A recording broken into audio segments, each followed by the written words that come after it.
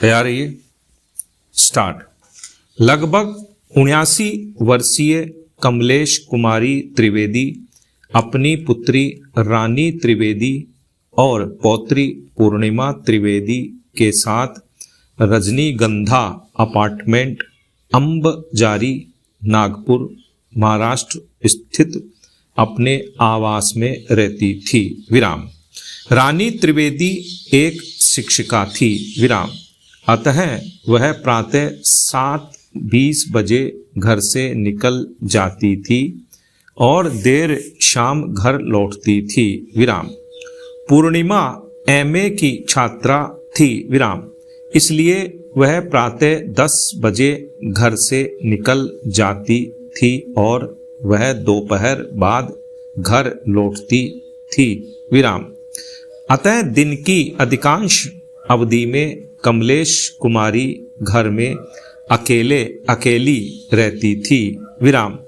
घटना के दिन अर्थात 28/8/2001 को जब 1:30 बजे पूर्णिमा घर लौटी तो उसने देखा कि उसकी दादी कमलेश कुमारी ड्राइंग रूम में मृत पड़ी हैं और उनके गले पर गला दबाए जाने का निशान पड़ा है तथा घर से ओनिडा टीवी गायब था। विराम। उसने तत्काल अपने पड़ोसी राय साहब और बलीराम को सूचित किया, जिन्होंने घटना स्थल पर पहुंचकर पुलिस को सूचित किया। विराम।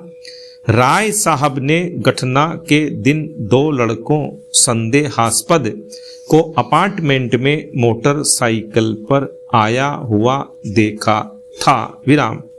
प्रारंभिक जांच के बाद अपीलार्थी को गिरफ्तार किया गया और उसके बताए अनुसार मृतका के घर से गायब ओनिडा टीवी बरामद किया गया। विराम।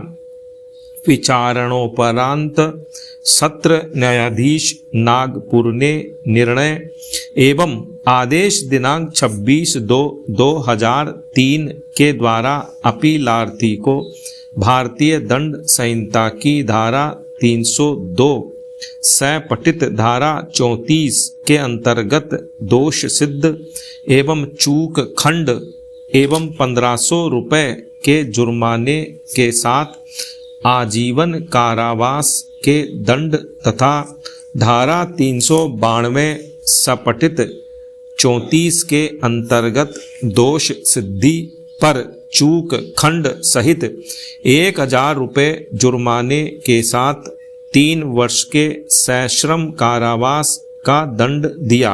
विराम। बंबई उच्च न्यायालय की नागपुर पीठ की एक खंडपीठ ने सत्र न्यायालय के निर्णय एवं आदेश की पुष्टि करते हुए अपीलार्थी की अपील निरस्त कर दी। विराम। अतः अपीलार्थी ने यह द्वितीय अपील उच्चतम न्यायालय में प्रस्तुत की। विराम। सत्र न्यायालय एवं उच्च न्यायालय के द्वारा मामले का निर्णय परिस्थितिजन्य साक्ष्यों पर आधारित होकर दिया गया था। विराम। अतः उच्चतम न्यायालय के समक्ष मुख्य विचारणीय प्रश्न था कि क्या वर्तमान तथ्यों, परिस्थितियों एवं साक्ष्यों में अपीलार्थी की दोष सिद्धि विधि पूर्ण थी। विराम। पैरा।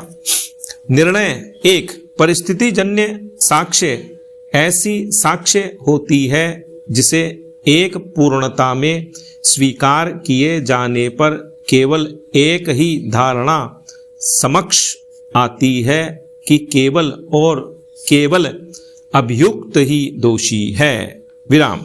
यह एक पूर्ण कड़ी जोड़ने के सिद्धांत पर आधारित होती है। विराम।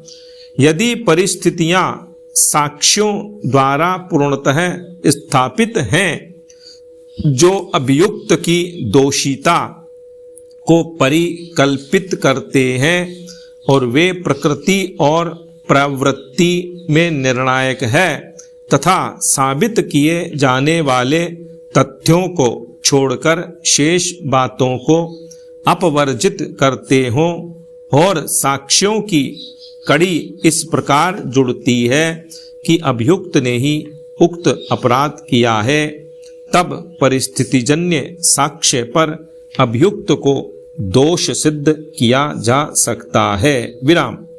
शरद विरदी चंद शारदा बनाम महाराष्ट्र राज्य और मनोज कुमार बनाम उत्तराखंड राज्य। विराम पैरा। तो इस मामले में पूर्णिमा त्रिवेदी ने घटना का विस्तृत विवरण दिया है और राय साहब के साक्ष्यों से अपीलार्थी की घटना स्थल पर उपस्थिति स्थापित है, जिसकी पुष्टि भी अन्य साक्षियों के साक्ष्यों से हुई है। विराम।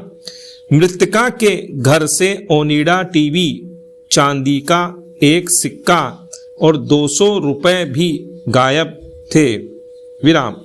अपीलार्थी के साथ एक अन्य अभियुक्त अपीलार्थी संख्या 2 को गिरफ्तार किया गया था, जिसके पास से मृतका के घर से गायब चांदी का सिक्का और 142 रुपए बरामद किए गए थे, जबकि ओनिडा टीवी अपीलार्थी संख्या 1 के घर से बरामद हुआ, जो साक्ष्य अधिनियम की धारा 27 के अंतर्गत सुसंगत है, और मोटरसाइकिल जिससे दोनों अपीलार्थी अपार्टमेंट में गए थे तथा 231 रुपए भी उसके पास से जब्त किए गए थे।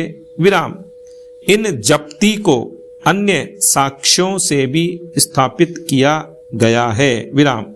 मेडिकल रिपोर्ट में मृतका की मृत्यु का कारण गला दबाए जाने से परिणामित दम घुटने से बताया गया है। विराम। अतः मृतका की मृत्यु भारतीय दंड संहिता की धारा 299 में यथा परिभाषित एक मानव वध है। विराम। स्टॉप।